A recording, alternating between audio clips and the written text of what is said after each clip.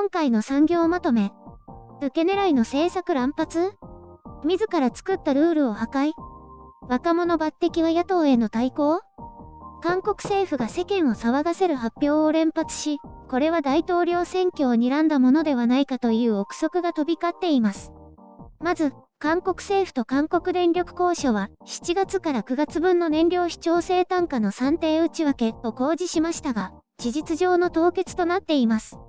政府は今年から、原価連携型プランと呼ばれる燃料費を電気料金に反映した形での電気料金を提示していましたが、今回の発表はこれに反しています。このことについて、人々の生活安全を守る必要性を考慮したと説明していますが、韓国電力が赤字転落するとみられ、株価は下落しています。韓国ソウルでは日米韓の高官による会合が行われ、この中で米国は北朝鮮に対し、条件なしにいつでもどこでも会うことができると対話への姿勢を見せました。先に米韓2カ国での協議が行われ、南北対話の道を切り開く姿勢を明らかにしたとされています。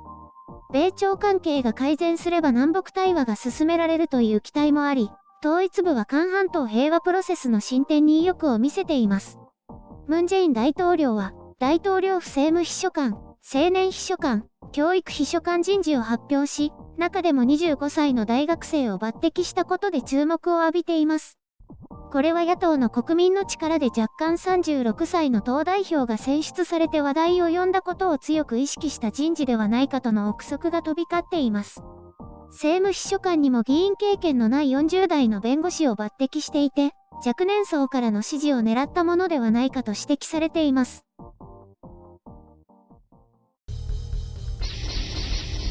編集所官。今回の概要。国民の生活より支持率優先。再び訪れた対話のチャンスで卑屈外交復活。若いフェミニズムに託してみた結果、ムン・ジェイン政権はもうすっかりやる気をなくしているものと思われましたが、ここに来て支持率もじりじりと回復中。もはや次の大統領選挙に向けて、与党勢力の地盤固めに精を出しているという感じがしますね。大統領候補の後押しになるようにと。まず、電力料金ですが、これはいかがなものかと思います。公社である韓国電力の経営よりも国民生活を優先したということではありますが、果たしてこれは真っ当な考え方なんでしょうかね。ちょっと目先の人気取り政策のように思います。庶民からいくらかの賛同は得られるかと思いますが、特に投資家たちからは冷ややかな視線を浴びていることでしょう。燃料費を電気料金に反映するのは健全経営のためには当然のことですし、誰もが理解できることと思われます。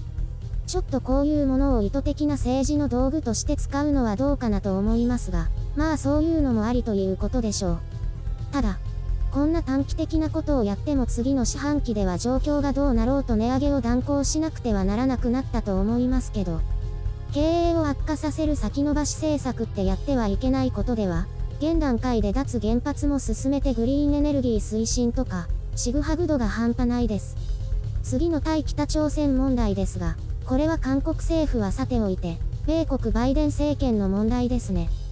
解決が極めて難しく、バイデン大統領としてはこれまで比較的どうでもよかった問題ですが、ちょっと周りがうるさいので何かしないとといった状況。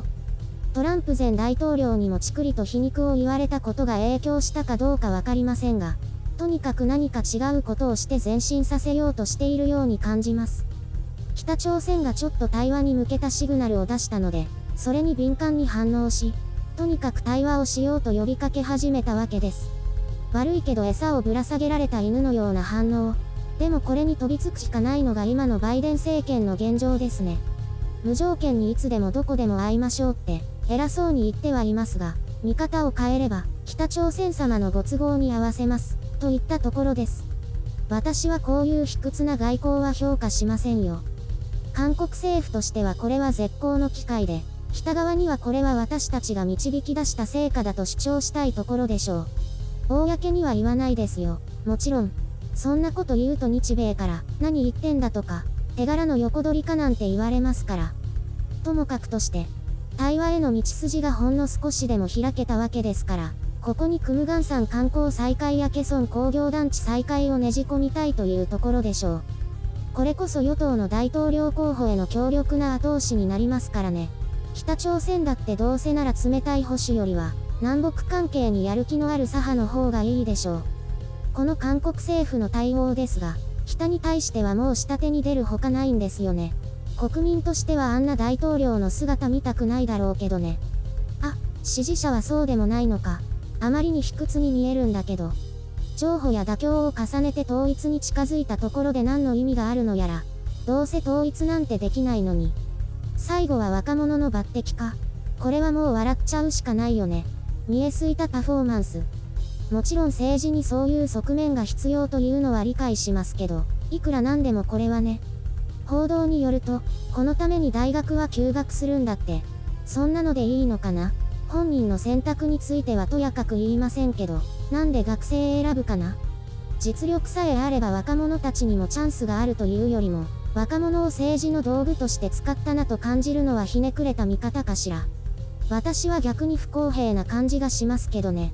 多くの人が数十年間国のために働いてきたのに、大学生が秘書官とはね。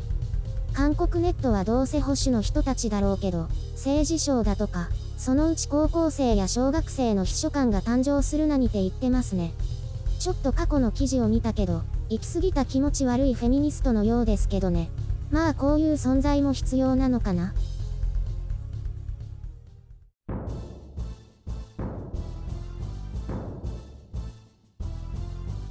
今日はいろいろな話題てんこ盛りだね。あ、てんこ盛り。これといった報道がないからね。でもなんだか韓国の政治も怪しい雰囲気だよ。私としてはやっぱり25歳の女性がすごい役職に選ばれたってことだけど。なんか韓国ではちょっとした有名人らしいよ。女子大学生のフェミニズム活動自体は珍しくはないんだけど、結構メディア露出もあったようで。あ、フェミニズムなんだ。フェミニズムって男女平等だみたいな感じ？そうそう。彼女の場合はもっと攻撃的な感じだけどね。ただ、それは韓国社会の男女不平等が生み出しているとも言えるけどね。たまにちょっと行き過ぎた感あるのってあるよね。でもそういうのも時代によって変わるのかな。まあね。ひょっとしたらそういう激しい人たちのおかげでもあるのかもしれないけどね。あ、そういえば北朝鮮問題はどうなの？これが拉致被害者問題の解決につながればいいんだけど。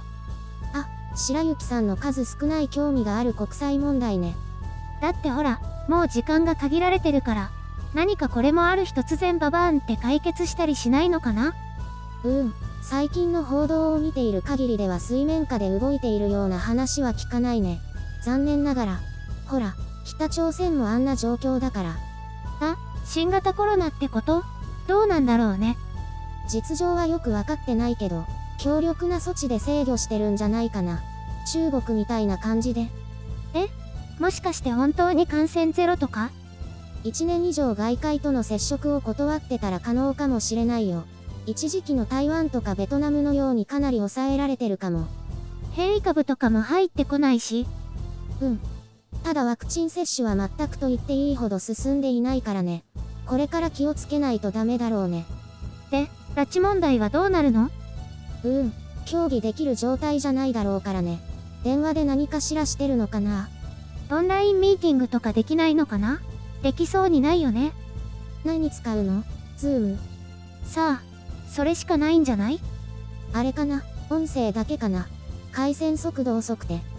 それだったら電話でいいのかな？そうだね。集まれ、白雪姫のてんこ盛り。緊急事態宣言も終わったし、そろそろテレワークも終わるね。7月から出社？まだわかんない。最近蒸し暑くなってきたから、マスクで電車つらいな。でも今年はいいもの買ったんだよ。また何か買ったの？ネックファン。首にかける扇風機だよ。見た目はね、ヘッドフォンにも見えるから意外とおしゃれだよ。ついに買ったんだ。温めるやつじゃないよね。ちゃんと風が出るやつだよ。ただ意外と風量が弱いの。でもないよりマシだよ。マスクに風が当たるからほんのり涼しい感じ。そんなレベルなんだ。ただ電車の中以外では使わない。外では意味ないし。だって本当に風量が弱いんだもん。へえ、じゃあ本当にそよ風なんだね。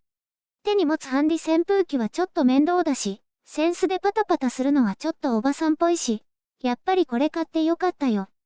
もう実際に電車で使ったの？うん。だからさっきのはその感想。そういうことか。そういえばお風呂屋さんも営業再開したんだよ。知ってる？緊急事態宣言解除されたから？いや、6月に入ってから緩和されてたんだよ。先週久しぶりに行ってきたんだ。ああ、延長された時にかな。映画館とかと同じで。そうそう。それで楽しかったよ。沐浴の張り紙は会話禁止の張り紙に変えられてたよ。シーンとしたお風呂屋さん、快適でした。沐浴と会話禁止って違うの？沐浴は大きな声での会話禁止って感じだったけど、会話禁止は一切ダメってこと。レベルアップしたんだよ。それ、利用者に伝わってるのかな？伝わってるよ。誰も話さないし、マスクしてお風呂入ってる人も多くなってきた。コロナ前だったら怪しい変な人だよね。来年はもうマスク生活とかなくなるかな。マスク生活だから美容整形が流行ってるらしいよ。ほら、整形で腫れが収まるまでのダウンタイムって言うんだったかな。マスクで隠せるから。やるなら今のうちだね。やるの？私やるところないじゃん。やだ。怖いもん。絶対しない。